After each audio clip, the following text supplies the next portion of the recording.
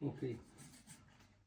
Hindi ako tayo professional pero ganyan natin simulan yan. Yung malalaki hindi mo itatapon kasi pagka nahiwa mo yan, ibabalik mo ulit para hindi matuyo.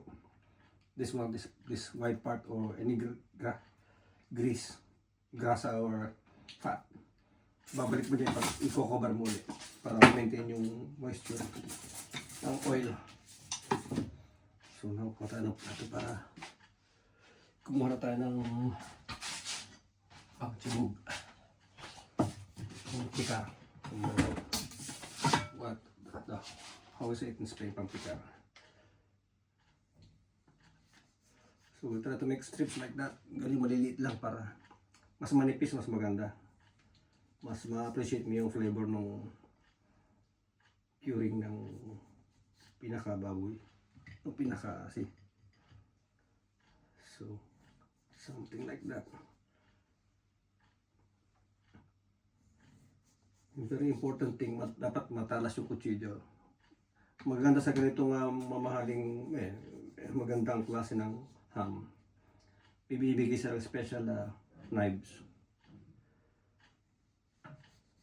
So, this one is perfect.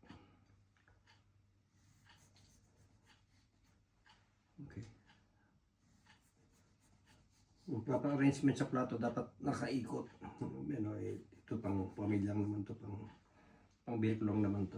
So sa Christmas mas maganda yung arrangement niya, yung plating. But for now, trial muna ko. Ito na yung magte-trial ng magte-test ng taste test. You look sa video.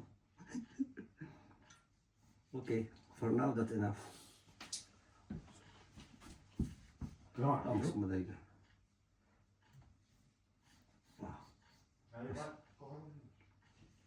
Wow. Mas madali na hiwaan. Wow. I think that's enough. Sarap. Sana nandito kayo para may share ko sa inyo pero wala eh. Malayo kayo, sayang.